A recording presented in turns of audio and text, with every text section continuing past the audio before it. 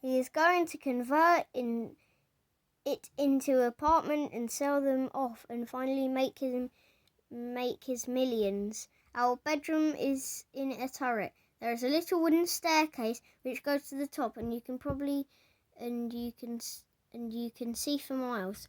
The only problem is that it's freezing. Dad says that's the price that you have to pay for living in a historical building. But I don't see why he couldn't just buy some heaters. Here's the address. Menordian Castle, Leafires, near Landoroids, Wales. Dad said please come and pick up the dragons ASAP because he and Brownon are having a party on New Year's Eve and they want everything to go perfectly. Eddie.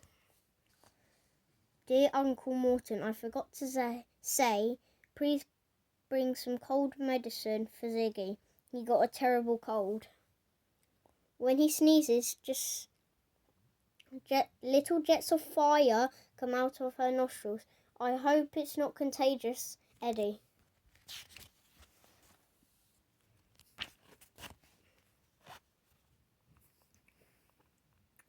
I'm very sorry that I haven't replied before, but my communication with the outside world has been served for more than a week by the thick layer of snow smothering my island.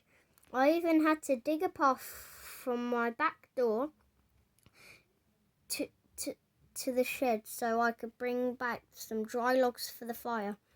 My boat was frozen solid, so I couldn't possibly get to the mainland, and I spent the festive season alone, reading several excellent books and eating my way through whatever I could find at the back of my cupboard.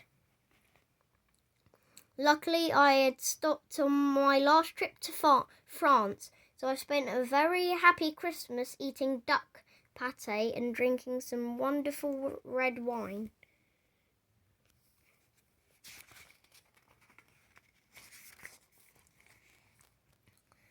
The dragons weren't so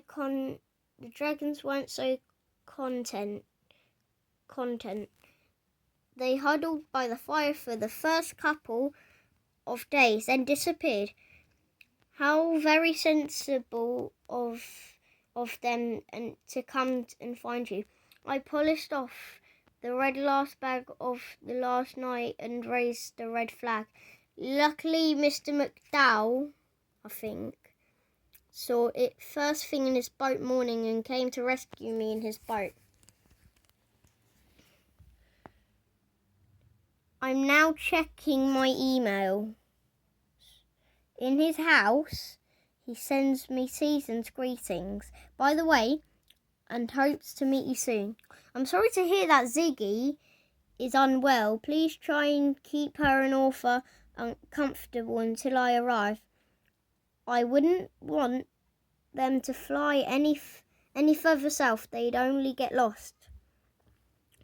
Mr. McDowell's nephew Gordon is just giving me a lift to the train station. I have just checked the timetable, and if I make my connections at Glasgow and Crewe, I shall be with you tonight. With lots of love from your affectionate Uncle Morton.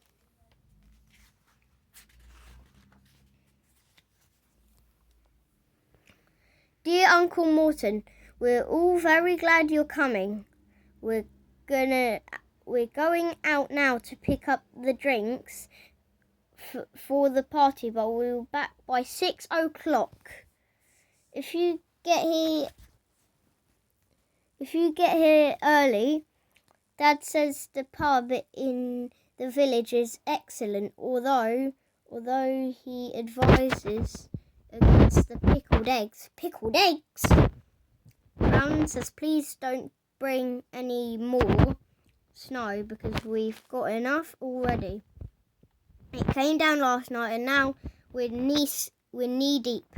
We just went out to make a snowman, but we made something much better instead. Here's a picture. Can you guess what it is?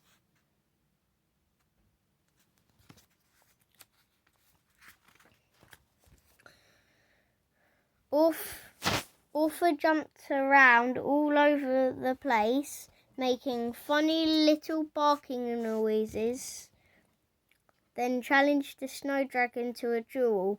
He melted a hole in its middle, which made him even more confused. If the snow hasn't gone in the morning, will you help us make another? Eddie. Dear Uncle Morton, I'm really sorry. Arthur has caught Mum's cold. It's my fault. I shouldn't have let him play in the snow. Whoops. I've given them hot water bottles, but they won't stop eating. I hope you'll bring lots of medicine, Eddie.